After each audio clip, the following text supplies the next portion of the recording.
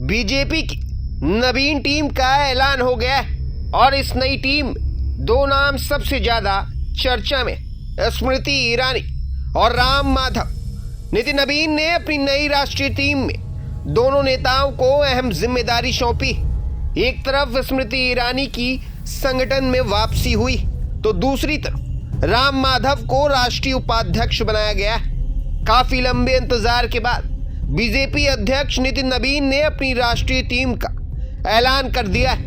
20 जनवरी 2026 को पार्टी की कमान संभालने के बाद से ही उनकी नई टीम का इंतजार हो रहा था। अब जब टीम सामने आई तो सबसे बड़ा फोकस स्मृति ईरानी और राम माधव पर है। स्मृति ईरानी की बात करें तो 2024 के लोकसभा चुनाव के बाद वह बीजेपी के केंद्रीय संगठन में पहले की तरह सक्रिय नजर नहीं आ रही थी।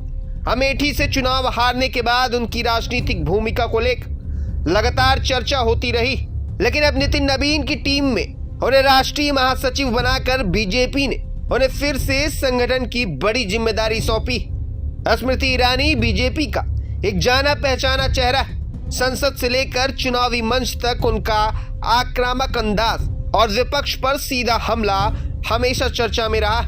ऐसे में राष्ट्रीय महासचिव की जिम्मेदारी के साथ उनकी वापसी को पार्टी के लिए काफी अहम माना जा रहा है।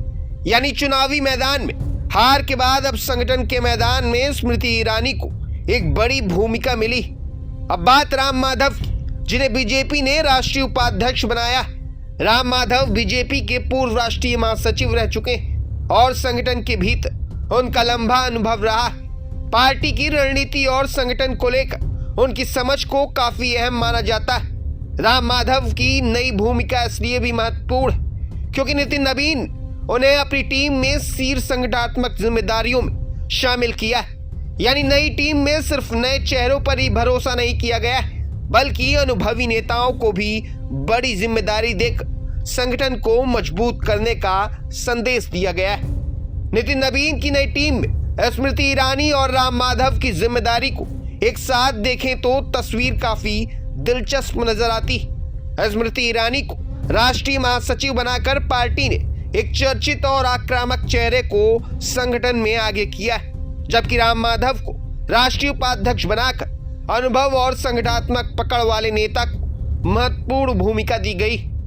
नई टीम में कई और बड़े बदलाव किए गए, लेकिन स्मृति ईरानी की वापसी और राम माधव को मिली जिम्मेदारी ने सबसे ज्यादा ध्यान खींचा है। खास बात यह कि बीजेपी की नई टीम में अमित मालवीय का नाम नहीं, लेकिन इस पूरे बदलाव के बाद सबसे बड़ा संदेश से ही माना जा रहा है कि नितिन नवीन अपनी टीम के जरिए संगठन में नई ऊर्जा के साथ अनुभवी चेहरों का संतुलन तैयार करना चाहते हैं। अब सवाल यही कि स्मृति ईरानी और राम माधव को मिली ये बड़ी जिम्मेदारी आने वाले दिनों में बीजेपी की रणनीति को कितना प्रभावित करेगी।